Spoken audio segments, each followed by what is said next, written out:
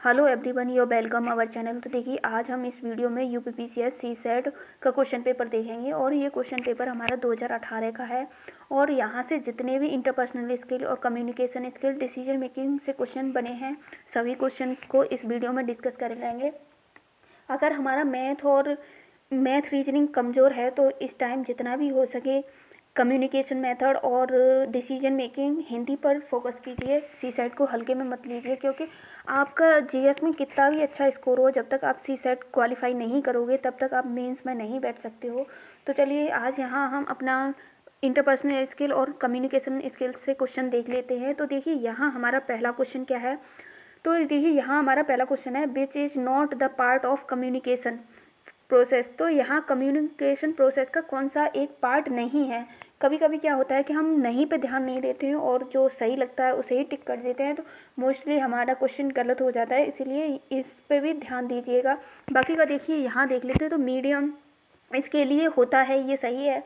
और ट्रांसमिशन इस संरचना भी होता है इसके लिए। इंफॉर्मेशन सूचना भी होता है। लाइफ वैल्यू एंड विजन जीवन एवं दृष्टि, इसका इसमें कोई इफेक्ट नहीं होता है। संप्रेषण मतलब हम जो बातचीत करते हैं आमने सामने, उसे ही संप्रेषण कहा जाता है। तो इसमें लाइफ वैल्यूज एंड विजन का कोई महत्व नहीं होता है। तो इसका हमारा बी ऑप्शन राइट है। अब आगे नेक्स्ट क्वेश्चन देख लेते हैं। तो देखिए, यहाँ पूछा गया है, the biggest advantage of regular interaction between officer and subordinate in organisation. अगर किसी ऑर्गेनाइजेशन में अगर उच्च अधिकारी नीचे के अधिकारियों से किसी विषय को लेकर परामर्श करेंगे तो उसे क्या कहा जाता है, ये पूछा गया है इसमें। तो देखिए, यहाँ पूछा गया है, इट्स रूल इन, यहाँ देखिए, ये सभी देख लीजिए। यहाँ देखिए, द इट्स, यह प्रभावी निर्णय निर्माण के लिए सुगम बनाती है। ये प्रभावी डिसीजन मेकिंग, इफेक्टिव डिसीजन लेने के लिए एक अधिकारी को प्रभावी बनाती है, जब वह अपने निचले तबके के अधिकारियों से उस क्वेश्चन को डिस्कस करता है। अगर आप एक अधिकारी बनना चाहते हो तो ये डिसीजन मेकिंग का पार्ट का अहम रोल है आपकी लाइफ में, तो इसे करते रहिएगा। बाकी का चलिए, अपना प्रीवियस ईयर क्वेश्चन पेपर को जितना भी हो सके इस टाइम पर रट्टा लगाइए, क्योंकि यही क्वेश्चन कम्युनिकेशन मेथड से घुमा फिरा के पूछ लिए जाते हैं। तो यहाँ अपना क्वेश्चन नंबर 3 देखें तो इसमें पूछा गया है कि which one of the following is not include in classroom communication. कौन सा एक मेथड क्लासरूम कम्युनिकेशन संप्रेषण में इम्पोर्टेंट नहीं है। तो देखिए, अगर कोई टीचर बच्चों को पढ़ा रहा होगा तो क्या वो छिपके मतलब बाहर से पढ़ाएगा जिससे वो सामने ना दिखे। तो यहाँ डायरेक्ट मेथड होता है ना, डायरेक्ट कम्युनिकेशन, डायरेक्ट वार्तालाप होता है टीचर और बच्चों के बीच में, तभी कम्युनिकेशन मेथड बैठा पाते हैं। तो यहाँ देखिए, अप्रत्यक्ष नहीं पूछा है ना इसमें। तो देखिए, अनौपचारिक संप्रेषण ये इनफॉर्मल है। मौन भी हम हाव भाव से पढ़ा सकते हैं। औपचारिक संप्रेषण फॉर्मल कम्युनिकेशन, इससे भी हम पढ़ा सकते हैं। वहीं देखिए, इनडायरेक्ट नहीं पढ़ा सकते हैं, क्योंकि डायरेक्ट कम्युनिकेशन होता है वहाँ हमारा। अब आगे का अपना नेक्स्ट क्वेश्चन देख लेते हैं। तो देखिए, यहाँ पूछा गया है क्वेश्चन नंबर, ये देखिए इसका डिटेल्स है, for which purpose circular type of communication is the most suitable. तो देखिए, यहाँ पूछा किस उद्देश्य हेतु वर्ताकार संचार सर्वाधिक उपयुक्त है। तो इसकी बात करें तो ये हमारा इसके लिए, तो देखिए, यहाँ पूछा है किस उद्देश्य हेतु वृत्ताकार संचार सर्वाधिक उपयुक्त है। किसके लिए सर्वाधिक उपयुक्त होगा, तो ये देखिए, मेंबर डिस्फेक्शन सदस्य संतुष्टि के लिए, या इफेक्टिव जजमेंट प्रोसेस के लिए, या देखिए मेंबर सेटिस्फाई हों ऐसा निर्णय लेना जरूरी है। तो सदस्य संतुष्टि, इसका हमारा सी ऑप्शन राइट होगा। आगे का अपना नेक्स्ट क्वेश्चन देख लेते हैं। तो देखिए, यहाँ पूछा गया है, listening can be best define as. सुनने को सर्वाधिक अच्छी तरह से परिभाषित किया जा सकता है। सुनने की प्रक्रिया को सबसे अच्छे तरीके से कहाँ किस जगह पे परिभाषित किया जा सकता है। तो देखिए, a process be used to make sense out of what we hear. जो हम सुनते हैं उसका अर्थ निकालने में प्रयुक्त एक प्रक्रिया के रूप में कहा जाता है इसे। तो इसका हमारा बी ऑप्शन राइट होगा। बाकी का अपना नेक्स्ट देख लेते हैं। तो देखिए, ये क्या है कि दो या दो से अधिक व्यक्ति के मध्य मौखिक, लिखित, सांकेतिक या प्रतीकात्मक माध्यम से जो सूचनाओं का प्रेषण किया जाता है। सूचनाएं संप्रेषण प्रक्रिया का एक महत्वपूर्ण अंग है, और जो हम सुनते हैं उसका अर्थ निकालने की एक प्रक्रिया के रूप में हम की को सबसे अच्छे तरीके से डिफाइन कर सकते हैं। वहीं अपना नेक्स्ट क्वेश्चन देखें तो क्वेश्चन नंबर 6 में पूछा गया है कि देखिए यहाँ पूछा गया है कि what is the made of responding, प्रतिक्रिया देने का से आप क्या समझते हैं। अगर किसी पे आप कोई सामने से वार्तालाप कर रहा है तो आप पे प्रतिक्रिया देते हो तो उस पर आप सबसे बेस्ट तरीके से क्या समझते हैं। तो देखिए यहाँ पूछा है एक संदेश के प्रति अपनी समझ की पुष्टि। अगर हमें उसके बारे में पता होगा, समझ की पुष्टि करेंगे तो इसका हमारा सी ऑप्शन राइट है। Confirming your understanding of A message, आप उस मैसेज का किस तरीके से रिप्लाई देते हो स्पष्टीकरण के साथ। अब अपना नेक्स्ट क्वेश्चन देखेंगे तो देखिए यहाँ पूछा गया है कि which of the following is a type of horizontal communication. Horizontal communication का एक तरीका कौन सा है, प्रकार कौन सा है। तो यहाँ पूछा गया है लेटरल कम्युनिकेशन, पार्श्विक संप्रेषण। ये देखिए आपने पहले जो हम वीडियो करा चुके हैं वो देखी होंगी, तो इस क्वेश्चन को आपने देख ही लिया होगा। पार्श्विक संप्रेषण, ए ऑप्शन हमारा इसका राइट है। आगे अपना नेक्स्ट क्वेश्चन देख लेते हैं। तो देखिए यहाँ क्वेश्चन नंबर 8 में पूछा गया है कि which one of the following can be termed as the verbal communication. Verbal communication का संवाद शाब्दिक संवाद को इंगित करता है। शाब्दिक संवाद को कौन सा एक बेटर परफॉर्मेंस में इंगित करता है। तो professor Sharma delivered his lecture in the class.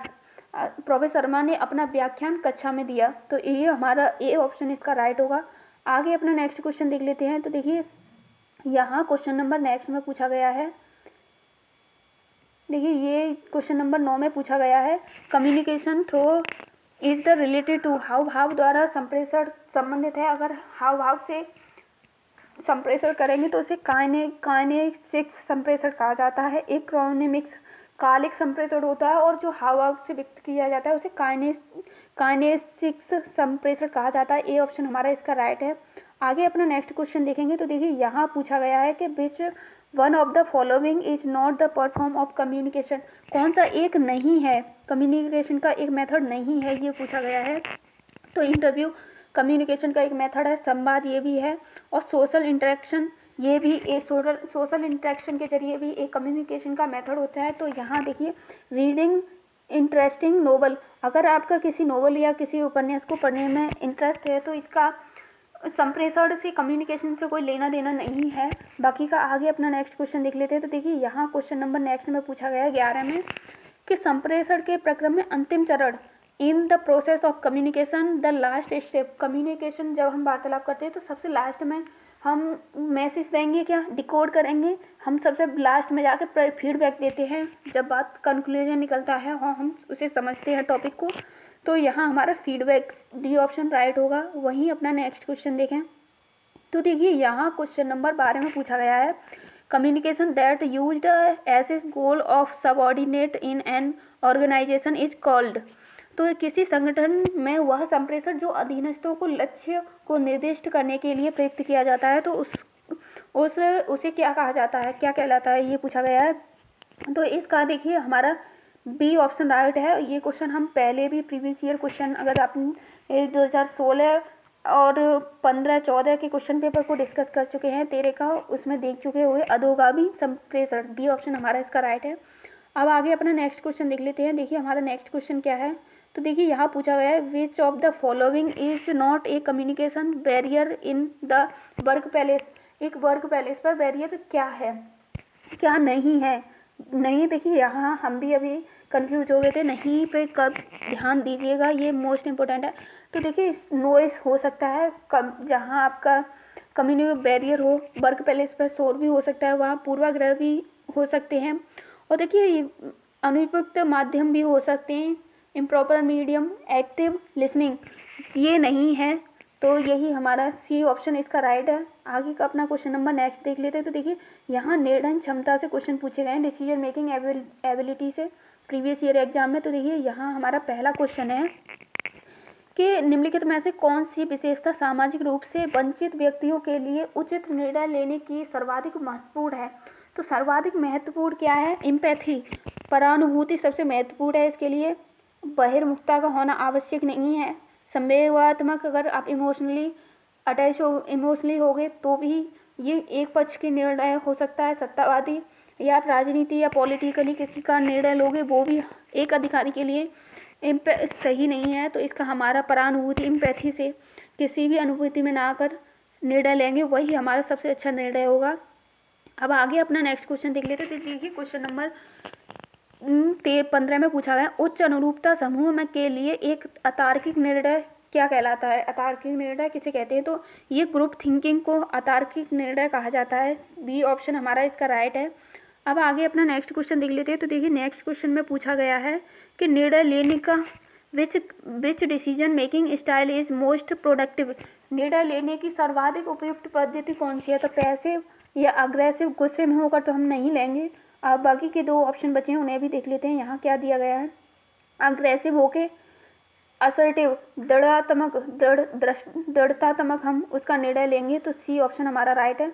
अब आगे देखिए लॉजिकल एंड एनालिटिक्स एबिलिटी, आप लॉजिकली किसी बात का निर्णय कैसे लेते हो, ये पूछा गया है।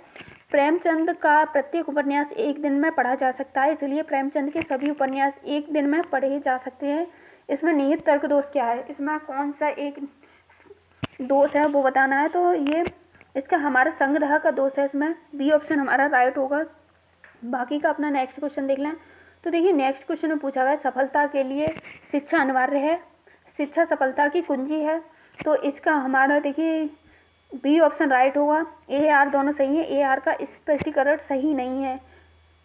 अब आगे अपना नेक्स्ट क्वेश्चन देखते हैं। तो iron is the chap metal is an example of, लोहा एक सस्ती धातु है, एक उदाहरण है। ये किस प्रकार का उदाहरण है?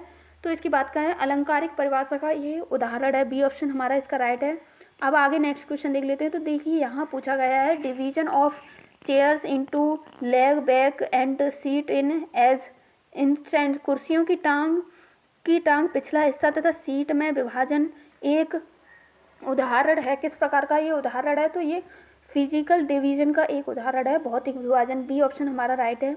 आगे चलिए अपना नेक्स्ट क्वेश्चन देख लेते हैं। तो देखिए यहाँ पूछा गया है, some language are difficult to learn, कुछ भाषाएं सीखने में कठिन होती हैं। संस्कृत एक भाषा है, अतएव संस्कृत सीखने में कठिन है। इसमें निहित तर्क दोष है, तो इसमें एक तर्क अव्याप्त मिडिल टर्म है, अव्याप्त मध्यम पद तर्क दोष है। इसमें बी ए ऑप्शन हमारा राइट है। आगे देखिए यहाँ जितने भी 25 क्वेश्चन होंगे, यहाँ इससे 25 क्वेश्चन सभी यहाँ डिस्कस कर लिए हमने। तो देखिए यहाँ पूछा गया है, which order of following words in correct, में करेक्ट ऑर्डर में कौन सा वर्ड लगा हुआ है? तो आप खाना खाते हो तो खाने को सबसे पहले क्या करते हो, यही सब पूछा है। तो हम सबसे पहले कुकिंग करेंगे, फिर उसके बाद चबाना, पकाएंगे, उसके बाद चबाएंगे, फिर उसके बाद हमारे चाहे वो पचाना, उसके बाद हम पाचन क्रिया होगी पेट में जाकर खाने का। तो अब अपना नेक्स्ट क्वेश्चन देख लेते हैं। तो देखिए क्वेश्चन नंबर 23 में पूछा है, a plant of vegetable organism is the example of, एक पौधा एक वनस्पति जीवधारी है, यह उदाहरण है। ये किस प्रकार का उदाहरण है वही पूछा गया है। तो ये सी ऑप्शन हमारा राइट है। ये हमारा पर्यायवाची परिभाषा का उदाहरण है एक। और वहीं बात करें अपना नेक्स्ट क्वेश्चन, तो देखिए यहाँ पूछा है, निम्नलिखित कथनों में से जांच कीजिए, चेक द फॉलोइंग 3 स्टेटमेंट। तो यहाँ पूछा, कमला रवि की पत्नी नहीं है, प्रेमलता रवि की पत्नी नहीं है, प्रेमलता रवि की माँ है, और सीता प्रेमलता की एकमात्र पुत्र वधू है। तो इसका निष्कर्ष देखिए, यहाँ निष्कर्ष देख ले, कमला सीता की बहन है। तो देखिए यहाँ हमारा सी ऑप्शन इसका राइट होगा कि Sita is Ravi as wife, Sita Ravi की पत्नी है। सी ऑप्शन हमारा राइट है। और देखिए यहाँ इसका आरेख दिया गया है, प्रेमलता, कमला, शीला, ऐसे करके। वहीं अपना नेक्स्ट क्वेश्चन देख लेते हैं, जो हमारा आज का लास्ट क्वेश्चन है। भारतीयों का अमीर, गरीब, बुद्धिमान तथा मंदबुद्धि में विभाजन का एक उदाहरण है। तो ये एक किस प्रकार का उदाहरण है वही पूछा गया है। तो ये आध्यात्मिक विभाजन का उदाहरण है, ये हमारा मिश्रित विभाजन का, क्रॉस डिवीजन का उदाहरण है। ए ऑप्शन हमारा राइट है। बाकी का देखिए अब आगे की क्वेश्चन, एक नेक्स्ट क्वेश्चन पेपर 2020 का रह गया है, वो हम नेक्स्ट वीडियो में डिस्कस कर लेंगे। तो आज के लिए बस इतना, जितने भी इम्पोर्टेंट क्वेश्चन थे हमने सभी डिस्कस कर लिए हैं यूपीपीसीएस सीसेट के। और बाकी का देखिए आप सभी साथ ही साथ लगाते रहिए सीसेट का, ये मोस्ट इम्पोर्टेंट क्वेश्चन है जो कि प्रीवियस ईयर एग्जाम में पूछे गए हैं। तो आज के लिए बस इतना ही, आगे के क्वेश्चन नेक्स्ट वीडियो में देखेंगे। और अपने आप को एक टाइम जोन टारगेट देके स्टडी करते रहिए। तो thanks for watching this video.